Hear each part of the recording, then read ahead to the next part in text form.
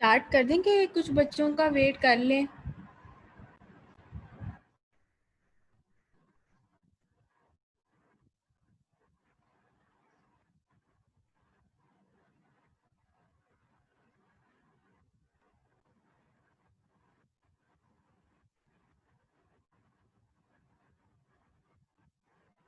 Hello, मेरी आवाज़ आ रही है आप लोगों को? आप स्टार्ट कर दें आप। चलो, बिस्मिल्लाहिर्रहमानिर्रहीम। अच्छा, मैंने ना इसी के से सीक्वेंस बनाया कि हमारा सिलेबस और हमारा पेपर के तरीके से आसानी से कवर हो जाएगा। 9 चैप्टर था, उसमें एससीक्यूज थे, एलईक्यू एक आध था, वो हमारा कंप्लीट हो गया, एससीक्यूज आपके कवर हो गए। 2 चैप्टर है, सिर्फ एससीक्यूज हैं। इसमें से अगर किस्मत ख़राब हुई तो एक एलईक्यू है, वरना कोई एलईक्यू नहीं है। और वो भी इतना किस्मत ख़राब वाला एलईक्यू नहीं होता, लेकिन चलो ये बात होती है कि बच्चे उसको एलईक्यू की फॉर्म में पढ़ते नहीं है, इस वजह से वो एलईक्यू कह दिया कि अगर आ गया तो हम कुछ कह नहीं सकते हैं। तो लेकिन ना उसके अंदर कोई एग्जाम्पल नहीं बनती, ना इतना लंबा चौड़ा हो पाता है, इस वजह से ना वो थोड़ा किस्मत खराब वाला LEQ है।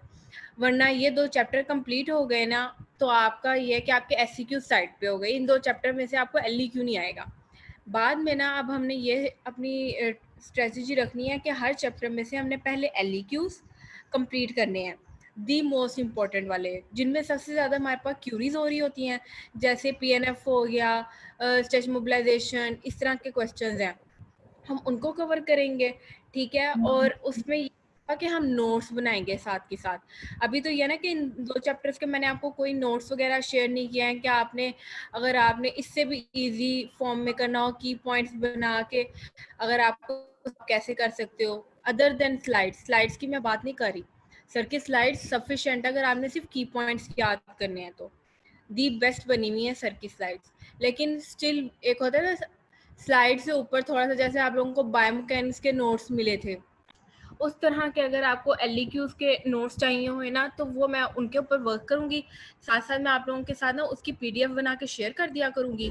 वो आपकी अलग से है, लेकिन मैंने पढ़ाया बुक्स की ही लाइंस को करना है कि ये बुक है, इसको यहाँ पे वो, अगर आपने को ये हुआ कि आपने सिर्फ सारी रिवीजन कर ली है A to Z, जाने से पहले आपने अपने LEQs देखने हैं जल्दी जल्दी कि आपका कोई पॉइंट रह ना जाए, तो वो हमने वो LEQs वहाँ पे तब होंगे, लेकिन उनका तभी फायदा होगा जब आप लोग खुद अपने हाथों से ना उनको निकाल लोगे एक दफा, कि हाथ से एक दफा निकली हुई चीज ना आपको कभी भूलती नहीं है। ठीक हो गया। चैप्टर 2 और 9 के बाद ना आपको इनको दोबारा हाथ लगाने की जरूरत नहीं है। प्रूफ तक आप लोगों को इस चैप्टर्स को हाथ लगाने की, अनलेस आप लोगों का टेस्ट होता है और ये 2 चैप्टर आ जाते हैं अंदर, के सर ने कहा कि इन 2 चैप्टर्स का भी साथ में, तो आपने वो भी एक आधे घंटे के अंदर ना इन 2 चैप्टर्स को इतना सिर्फ टाइम देना है, ज़्यादा नहीं देना। होता ही है कि जितने चैप्टर लंबे ज़्यादा अंदर हो ना, वो जल्दी हो रहे होते हैं, और छोटे चैप्टर्स पे ज़्यादा टाइम लग रहा है, क्योंकि इनमें सिर्फ है ही डेफिनेशंस। ठीक हो गया। ये चैप्टर पढ़ाने के बाद ना हम लोग की एक डिस्कशन है, अभी 24 बच्चे हैं ना, उस डिस्कशन में सब बच्चों का मैं माइक वगैरह के साथ हमने डिस्कशन जो करनी है ना, वो हम लोगों ने इंटर्नशिप वगैरह पे करनी है, क्योंकि मुझे बच्चों के बहुत ज़्यादा मैसेजेस वगैरह आ रहे हैं कि हम लोग क्या क्या करें, और ये इस क्वारंटीन की वजह से ना किसी ने कोई इंटर्नशिप वगैरह की, उस लिहाज से जो भी डिस्कशन होगी वो अपने व्यूज़ भी आप लोग देना, और मेरा जो व्यू होगा ना वो भी सुन लेना। ठीक हो गया। अब बिस्मिल्लाह करते हैं। सबसे पहले ना यहाँ पे हम इस पेज के ऊपर 3 SCQs हैं मेजर। सबसे पहला है विजन ऑफ हेल्दी पीपल 2020। उसके अंदर हमारे पास 4 पॉइंट्स आ जाते हैं। उसमें क्या क्या कहता है कि हमारे पास विजन ऑफ हेल्दी पीपल है क्या। सबसे पहले तो ये होता है कि उसका एक व्यू है कि हमने हाई क्वालिटी अटेन करनी है। ठीक है। कैसे करेगा? प्रिवेंट करके डिजीज को, injury, disability, pre mature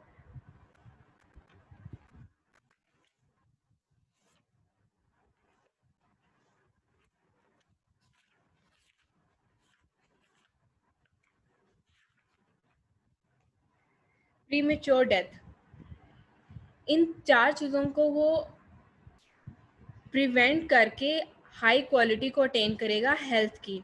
achieve health equity, eliminate disparities and improve health of all groups. मतलब ये हुआ कि एडल्ट है, यंग है, चिल्ड्रन है, इन सब एज के पीपल को इक्वल फॉर्म पे आप कहें कि सबको उसके मुताबिक, उनकी एज के मुताबिक proper diet, proper attention, proper physical activities में इन्वॉल्व किया जाए, ताकि हमारे पास जो है सबके सब ग्रुप्स, ये 3 ग्रुप्स मेजर होते हैं, चिल्ड्रन, यंग और एडल्ट, इन सब के सब ग्रुप्स को जो है ना प्रॉपर हेल्थ मिल सके और उनकी वो मेंटेन भी रह सके। Create social and physical environment that promote health for all. Social और फिजिकल इन्वायरमेंट से मुराद क्या है? सोशल इन्वायरमेंट आपकी मेंटल हेल्थ के लिए बहुत ज़्यादा इंपॉर्टेंट है। जितने ज़्यादा आप लोग इंट्रोवर्ट होगे उतना आप लोग मुश्किल में होगे, जितने ज़्यादा आप एक्सट्रोवर्ट भी होगे उतने ज़्यादा भी आपको मेंटल सेटिस्फेक्शन नहीं होगी। वही बात की है उसने कि हम लोगों ने ऐसा इन्वायरमेंट, सोशल और फिजिकल इन्वायरमेंट क्रिएट करना है कि हमारे पास हेल्थ को प्रमोट किया जाए, and above all promote equality of life. Quality of life में हमारे पास क्या चीज़ें आ जाती हैं कि आपने अपनी डाइट मेंटेन करनी है, हेल्दी डाइट लेनी है, हेल्दी एक्टिविटीज़ में इन्वॉल्व होना है, जिसमें आपकी वॉक आ जाती है, आपकी एक्सरसाइज आ जाती है, आपने फ्रेश रहना है, हैप्पी रहना है, ये सारी चीजें आ जाती अभी हैं। फिर आ जाता है की कॉन्सेप्ट्स। अस्सलाम वालेकुम। अस्सलाम। अभी असल में ना ये जो आप ये वाला पैराग्राफ पढ़ा रही है ना, ये हमारी बुक में नहीं है। अच्छा, कोई मसले वाली बात नहीं, आप स्क्रीनशॉट ले लो इस चीज़ का, क्योंकि ना बुक का अगर मसला है ना तो सर मुझे नहीं पता कि कल को ये ना हो कि पेपर हमारी वाली बुक से बन जाए, क्योंकि टीचर्स के पास तो अभी भी यही वाली बुक होनी है, और पास पेपर में भी बहुत से ऐसे क्वेश्चन हैं जो इस बुक के होंगे, आपकी बुक में नहीं होंगे। चले सही है, ठीक है। मतलब ये वाला स्क्रीनशॉट टॉपिक नहीं था हमारी बुक में। भी नहीं लगेंगे, आप कल को रिवीजन करने में, शायद कल को आपको रिवीजन करने की जरूरत भी ना पड़े। ठीक हो गया, सही।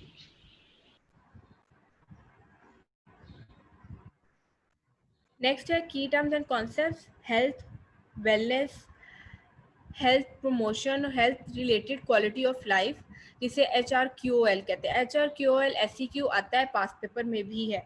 इसको मैंने ऐसे HW से याद किया हुआ है, 3HW से। हेल्थ में हमारे पास general, physical, mental and spiritual condition आ जाती है। वेलनेस में हमारे पास good health often achieve through healthy lifestyle choices including the following 6 dimensions: social, occupational, spiritual, physical, intellectual and emotional। वही जो हमारे पास वेलनेस में हमारे पास वही ऊपर जो बातें किया है कि सोशल, हम लोगों ने इंटरेक्शन लोगों के साथ अच्छा करना है, ताकि हमारे पास ना एक बंदा इंट्रोवर्ट ज़्यादा रहे, ना एक बंदा एक्सट्रोवर्ट, एक मिडल स्टेट रहे, ताकि बंदा अपनी मेंटल हेल्थ, तो मेंटल और फिजिकल दोनों हेल्थ स्टेट्स को ना मेंटेन कर सके। ऑक्यूपेशन में personal satisfaction and enrichment in one's life through work, काम के ज़रिए जो है ना आपने अपनी लाइफ में ना एक मेंटेनेंस लेके आनी है, कि काम का बर्डन भी ना ज़्यादा हो कि आपकी हेल्थ इफेक्ट हो रही हो, लेकिन काम इतना कम भी ना हो कि आप इजी हो जाएं और लेजी हो जाएं। Spiritual, finding and living a life that has meaning and purpose. Physical, making appropriate nutrition choices and participating in regular physical activity. Simple सी बात है। Intellectual, actively using your mind to develop new skills and learn new information. Intellectual में ना ये चीज़ें ही आ जाती हैं, एक बंदा इंट्रोवर्ट होगा ना, जितना इंट्रोवर्ट होगा ना उतना ज़्यादा उसके दिमाग में 100 और बातें आएंगी, क्योंकि उसके दिमाग में और चीज़ें चलनी नहीं है, वो सिर्फ मजीद सोचों में मुब्तला है, क्योंकि उसकी ना किसी से टॉक हो रही है ना कुछ और हो रहा है। तो इसके लिए ज़रूरी होता है कि आप अपना सोशल सर्कल इतना रखो एटलीस्ट कि आप कल को किसी से बात कर सको, कि आपके दिमाग में 100 बातें ना चले। उसने यही कहा है ना कि हेल्दी थॉट्स लेके आओ अपने दिमाग में, ताकि आपका माइंड जो है ना वो फ्रेश भी रहे और आपकी मेंटल हेल्थ जो है ना वो डिस्टर्ब ना हो। Emotional accepting and managing our feelings in all personal interactions. Element of health, simple सी बात है। Health related quality of life, इसमें total effect of individual and human and environmental factors on function and health status. दो चीज़ें हैं, एक human का environment के ऊपर इफेक्ट और एक इन्वायरमेंट का ह्यूमन के ऊपर इफेक्ट। उन दोनों चीज़ों में अब मजीद कौन से फैक्टर्स आ जाते हैं? Functional, health status including physical, psychological and social component. इन सबको मिला के हमारे पास चीज़ बनती है health related quality of life. और उसके अंदर आगे MCQ है, मैंने ग्रीन में हाईलाइट किया हुआ है। 16.3% of persons in the United States rated the HRQOL as poor to fair। सही हो गया, ये MCQ है इम्पोर्टेंट करने। आगे टेबल 2.1, इसमें आपने कुछ भी नहीं है, सिर्फ पढ़ लेना है कि हमारे पास आर्थराइटिस, ओस्टियोपोरोसिस और क्रोनिक बैक पेन के ऊपर हमारे पर 2020 का गोल क्या था? 25% पेशेंट्स को ट्रीट करना। बेस लाइन पे 32% थे और अपडेटेड डाटा 2008 में रिपोर्ट 31% था। फिजिकल एक्टिविटी में हमारे पास वही आगे 50, 32, 32। बस इस तरह इसको ना रट्टा मार लेना, इसमें कोई वो चीज़ नहीं है कि आपको SCQ आ जाएगा और आपको लिखना पड़ जाए। फिर आगे आ गया यहाँ पे role of physical therapy in health people 2020। इसमें हमारे पास डेफिनेशन आ गई हैं, 6 डेफिनेशन हैं। उसमें screening, education, intervention, consultation, critical inquiry और एडमिनिस्ट्रेशन है। स्क्रीनिंग में हम लोगों ने डिवाइड करना है लोगों को। स्क्रीनिंग किसी भी ऑब्जेक्टिव के ऊपर हो सकती है, वो हम लोगों को नहीं पता।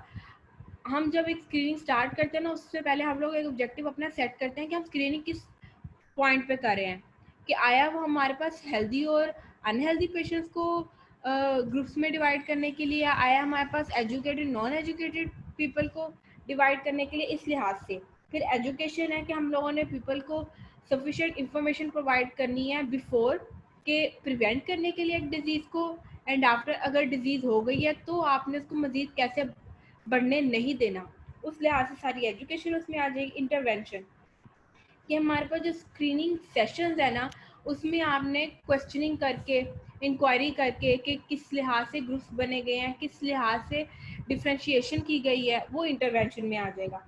कंसल्टेशन, हम लोगों ने एक्सपर्टीज़ और नॉलेज प्रोवाइड करना है।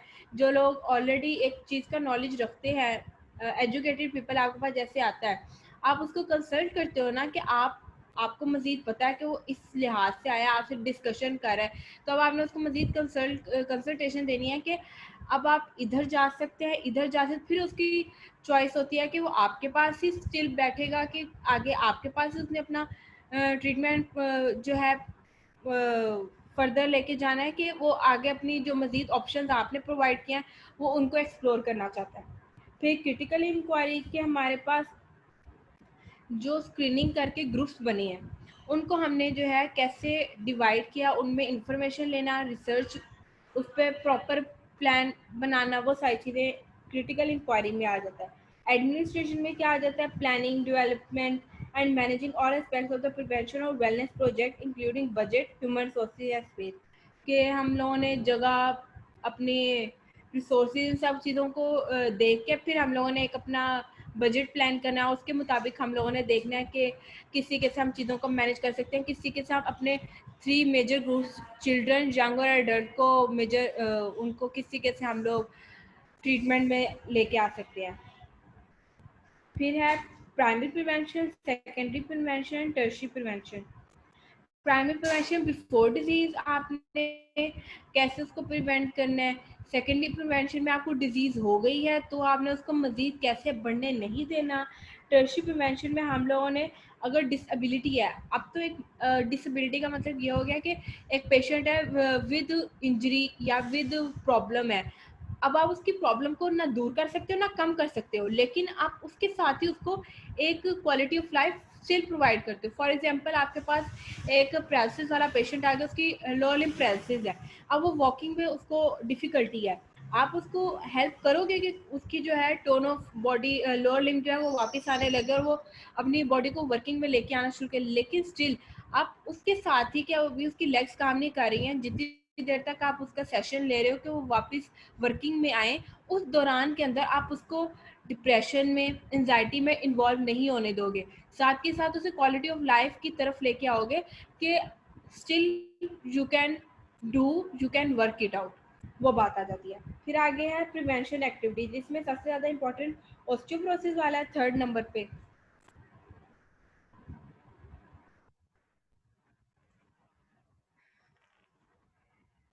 इसमें आ जाता है स्कोलियोसिस में हम लोगों ने एजुकेट कर लेना है, कैसे करेंगे, फ्लायर्स देके लोगों को, और ट्रीटमेंट फॉर आइडियोपैथिक स्कोलियोसिस वो लोगों को हम देके।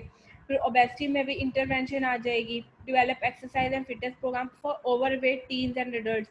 टीन्स एंड एडल्ट्स के लिए इसलिए ताकि वो आगे हमारे पास क्रोनिक इंजरीज वगैरह, जैसे हमारे पास हार्ट डिजीज़ वगैरह आ गए, कार्डियोवास्कुलर वगैरह, ये हमारे पास कल को ना हो, उनके लिए हम लोग इंटरवेंशन करने लग जाएंगे कि जो अब हो चुका है उसको हमने ख़त्म करना है। ऑस्टियोपोरोसिस में हम लोगों ने एजुकेट करना है और एडमिनिस्ट्रेट करना है। एजुकेट कैसे करेंगे? हम लोग फ्लायर्स वगैरह दे के लोगों को, फ्लायर्स से मुराद पैम्फलेट्स वगैरह नहीं होते, एक सिंगल पेज होता है जिसपे की पॉइंट्स में इंफॉर्मेशन, थोड़े में ज़्यादा इंफॉर्मेशन दी होती है, वो फ्लायर होता है।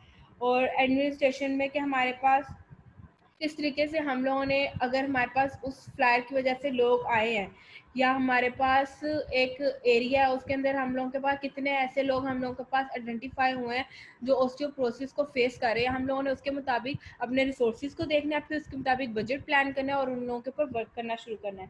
फॉल्स के हमारे पास कोई एडल्ट्स या यंग्स में हमारे पास कोई इंजरी हो गई है फॉल की वजह से, मतलब कोई गिर गया है, तो हमारे पास डिस्क स्लिप हो गई है या फिर हमारे पास वो हो गया है एंकल स्प्रेन हो गया, इस तरह की चीज़ें आ गई, तो उन लोगों के लिए हम लोगों ने क्या करना है, पहले हम लोगों ने आइडेंटिफाई करना है टाइप ऑफ फॉल कि हमारे पास कौन सी जगह की इंजरी हुई है, और उसको मुताबिक फिर हम लोगों ने जो है उसकी ट्रीटमेंट की तरफ जाना है। और फिर उसके बाद है intervention, develop exercise programme to increase strength, balance and coordination other older adults. कि अब ओल्डर एडल्ट्स है ना, उनके लिए तो हमारे पास उन लोगों के पहले ही गेट और बैलेंस का प्रॉब्लम आ जाता होता है, क्योंकि उन लोगों की वो लोग झुके होते हैं ना, मोस्टली तो यही होता है, बहुत कम ऐसे होते हैं जो अपने पोस्चर को मेंटेन किए होते हैं, ज़्यादातर ओल्डर एडल्ट्स जो झुक चुके होते हैं वो हमारे पास हंच बैग्स के अंदर हो रहे होते हैं, काइफोसिस जिसे कहते हैं। तो उन लोगों के अंदर हम लोगों ने फिर इंटरवेंशन करनी होती है कि हम लोगों ने जो स्क्रीनिंग की है उसके अंदर हम लोगों ने आइडेंटिफाई जो किया है कि हमारे पास किस टाइप के, किस एज के ग्रुप्स बना के फिर हम लोगों ने उनको उसके मुताबिक एक्सरसाइज प्रोग्राम डालने होते हैं। Work site assessment consultation, work with human resource department of a company to identify ways to reduce workplace injuries. कि जैसे हम लोगों का एर्गोनॉमिक्स का सारा आता है ना फील्ड, वो हमारे पास वर्क साइट असेसमेंट में आता है। ये हमारे पास प्रिवेंशन एक्टिविटीज़ हैं कि एर्गोनॉमिक्स का मेजर रोल ही ये होता है कि आपने इंजरी या कोई भी पोस्चर डिफॉर्मिटी को प्रिवेंट करना है। ठीक हो गया, वो सारी बात आ जाएगी। और पीपल को एजुकेट करना है कि वर्क साइट पे आप लोगों ने इसी कैसे नहीं बैठना, इसी कैसे बैठें ताकि उन लोगों को मसला ना हो।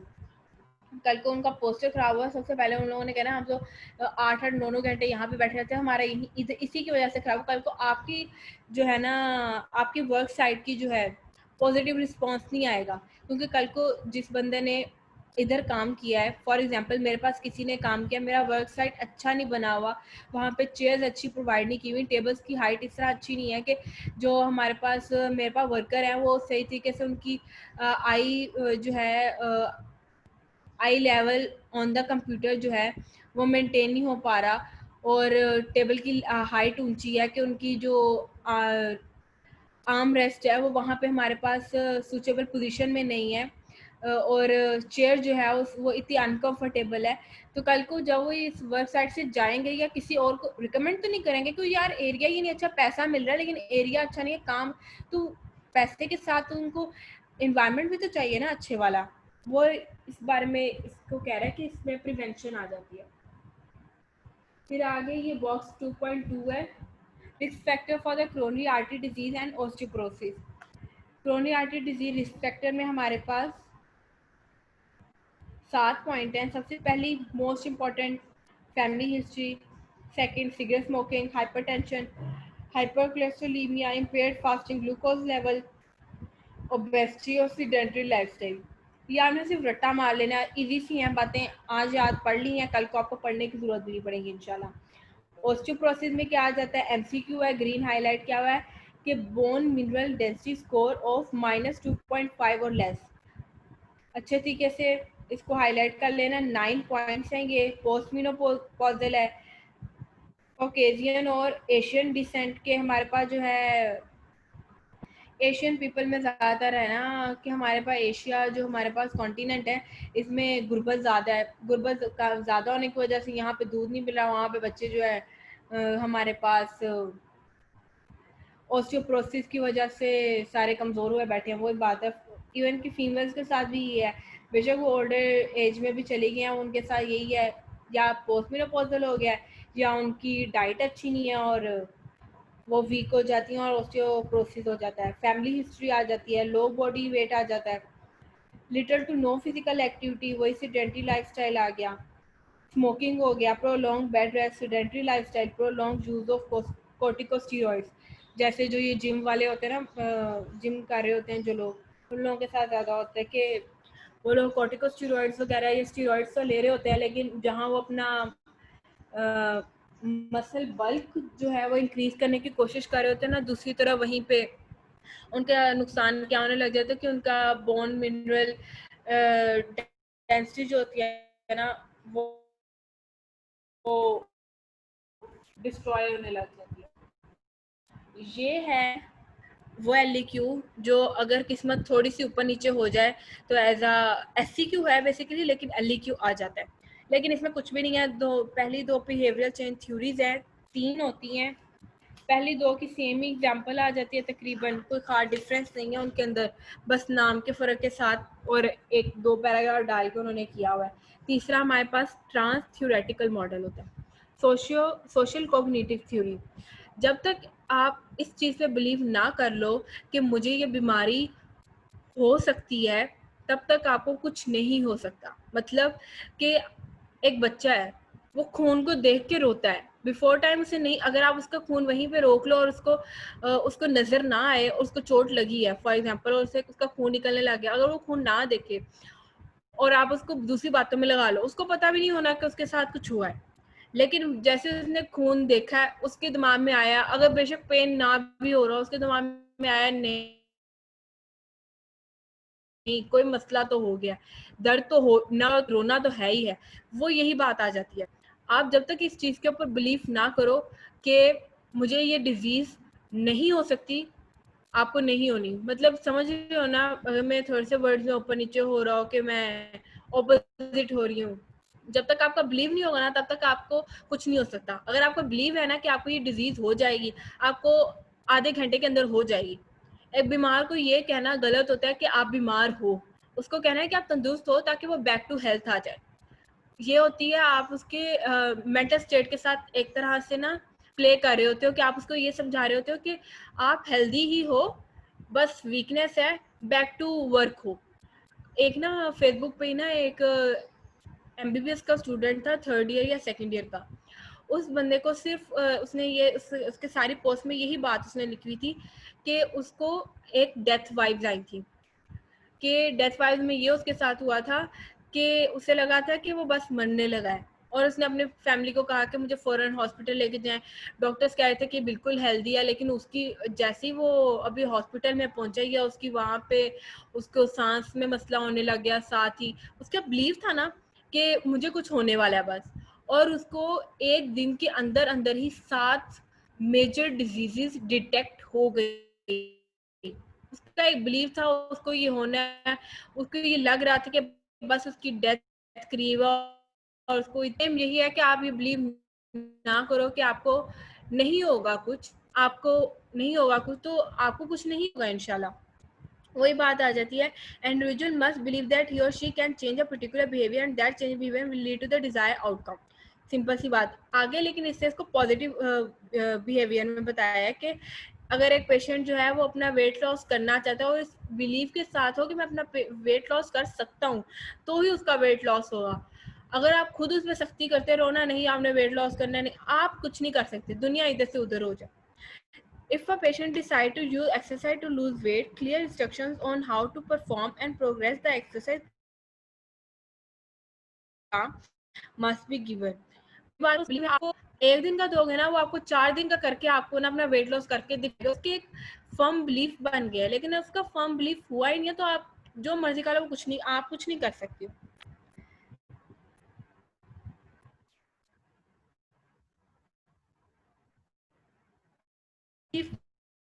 Model has been model is based on the several factors. First, an individual must have sufficient concern about developing an illness. Next, the individual needs to believe that by following the health recommendation, it is possible to achieve the desired outcome. Perceived benefits at an acceptable cost. Perceived barriers. इस बात का क्या मतलब हुआ? इस बात का मतलब ये हुआ, एक पेशेंट है, वो इस बिलीफ के साथ है कि उसे डिजीज हो सकती है, हो गई है, लेकिन अब उसके पास वो ऑप्टिमिज्म के साथ है, अगर उसे डिजीज हो गई है तो वो रिकवर भी करेगा।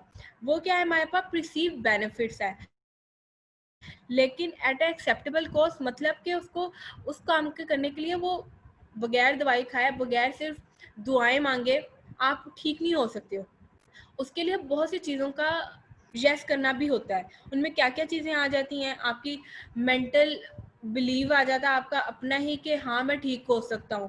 साथ में आपकी जो अटेंडीज होते हैं, जो आपको अटेंड कर रहे होते हैं ड्यूरिंग आपकी रिकवरी, वो आपको एक प्रॉपर तरीके से बैक टू रिकवरी लेके आ रहे होते हैं, अपनी सिर्फ कंसल्टेशन से, आपसे बातचीत करके, इयादत करके कि नहीं you will be better today इंशाल्लाह इंशाल्लाह, इस तरह करके। तो वो हमारे पास परसीव बैरियर्स में ये चीज़ें आ रही होती हैं। और यही हमारे पास acceptable cost होती है. Using the example of losing weight, and users would have to believe that being overweight puts him or her at a greater risk of developing heart disease. अब ये perceived threat था, कैसे कि उसने patient ने weight gain तो कर लिया है, लेकिन अब उसको पता है कि अगर वेट गेन हो गया है तो हमारे पास क्या है, कल को वो बहुत सी डिजीजेज में भी आ, अब उसने वो डिजीजेज को प्रिवेंट करने के लिए अपना वेट लॉस स्टार्ट कर देना है. ये हमारे पास हेल्थ बिलीफ मॉडल है. अब इस वेट लॉस अब बैठे बैठे तो नहीं हो जाएगा, वेट लॉस के लिए उसको वर्किंग करनी पड़ेगी ना. वो जो वर्किंग करनी पड़ेगी वो उसके परसीव बैरियर्स है. ये सारी बातें आ गई हैं.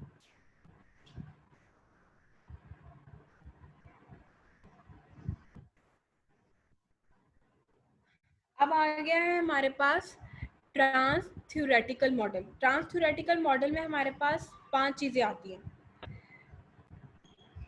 ये कहते हैं कि हमारे पास depends on these 5 stages to bring the change. पहला क्या, precontemplation, no intention of making any change within the next thing. Patient हडराम हो गया, वो कहता है मैंने कुछ करना ही नहीं है, जो मर्जी कर लो. अगले 6 माह तक वो कुछ नहीं कर रहा, राजी ही नहीं है करने को. ये प्री कंटेम्पलेशन है. कंटेम्पलेशन है, राजी है, अगले 6 माह में आपको विद चेंज आएगा, वो अपने आप में रिकवरी चाहता है, तो ये कंटेम्पलेशन है. प्रेपरेशन, अब प्रेपरेशन के लिए है कि आप उन 6 माह के अंदर आपने उसके ऊपर काम क्या करना है, सारी एक्सरसाइज वगैरह, उसका बिहेवियर, उसका प्लान, वो सारी चीजें आ जाएंगी. एक्शन, अब एक्शन से मतलब है 6 मंथ लग गया, अब वो इन 6 मंथ से भी कम में वो काम कर सकता है. Maintenance has change the behaviour for more than 6 month. जो आप 6 माह का एक प्लान, 6 माह तो सिर्फ एक प्लान दिया है ना, कि 6 माह का हमने एक ड्यूरेशन एग्जाम्पल है को आउटकम लेना चाह रहे हैं, उसके बारे में उसने बात की है कि अगर 6 माह आप कहते हो ना कि हमने पेशेंट के ऊपर देने हैं, वो नहीं मान रहा है, इस चीज़ के ऊपर राजी नहीं है, वो प्री कंटेम्पलेशन है. लेकिन अगर वो राजी हो गया और वो चेंज लाना चाहता है तो आपके विद इन नेक्स्ट 6 मंथ्स में वो चेंज आएगा. और कंटेम्पलेशन है, प्रेपरेशन उन 6 माह के अंदर अंदर आपने क्या उसको प्लान, डाइट वगैरह सब कुछ देनी है, एक्सरसाइज क्या प्लान करनी है, वो सारी चीज़ें आ जाएंगी. एक्शन, वो जो वर्क करेगा उसके ऊपर मेंटेनेंस, कि जो उन 6 माह में उसने किया है ना, उसकी अब हैबिट बन जाएगी ना, वो नेक्स्ट भी अपनी लाइफ में आगे उसको फर्दर वर्क करेगा उसमें.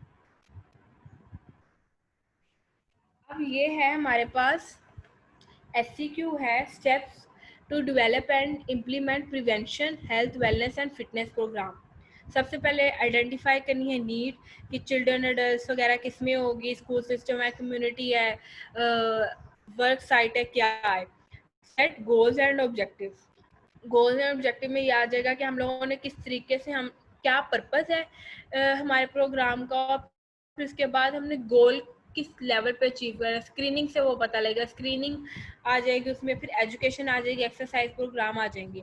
Develop the intervention. इंटरवेंशन में हमारे पास 4 बातें हैं, screening, education, exercise and logistics. वो सारी बातें आ जाएंगी. इसको अंदर से पढ़ने की भी जरूरत नहीं है, SCQ वगैरह आएगा भी नहीं इंशाल्लाह आपको. ये इम्प्लीमेंट द इंटरवेंशन, जो आपने इंटरवेंशन डेवलप की है ना, स्क्रीनिंग, एजुकेशन, एक्सरसाइज और लॉजिस्टिक्स से, वो सारी अब आपने जो है ना उन ग्रुप्स के ऊपर जो आपने आइडेंटिफाई नीड में पढ़े हैं, उन ग्रुप्स के ऊपर आपने कंटिन्यू रखोगे अंटिल आपको अच्छे पॉजिटिव रिजल्ट मिल जाए. और अगर नहीं तो आप उसको वहाँ पे स्टॉप करोगे और अपने जो है डेवलप द इंटरवेंशन जो स्टेप नंबर 3, आप उसके ऊपर वापस जाओगे और उसके ऊपर वर्क करोगे और चेक करोगे कहाँ आपने मिस्टेक किया है या कहाँ आपको चेंज करना रिक्वायर है.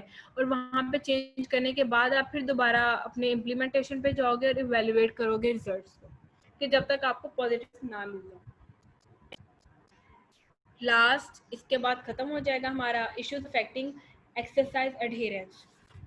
बहुत इंपॉर्टेंट SCQ है. पुअर और गुड के अंदर डिफरेंस है, poor and limited leadership, effective leadership. तो हमारे ये बात कर रहे हैं कि हमारे पास आप एक ग्रुप ऑफ पीपल को आप एजुकेट कर रहे हो थ्रू एक्सरसाइज, कि आप कैसे, फॉर एग्जांपल एक वेट लॉस को एग्जांपल को इसमें मेजर लिया जा रहा है, तो उसके मुताबिक आप कैसे आप उस ग्रुप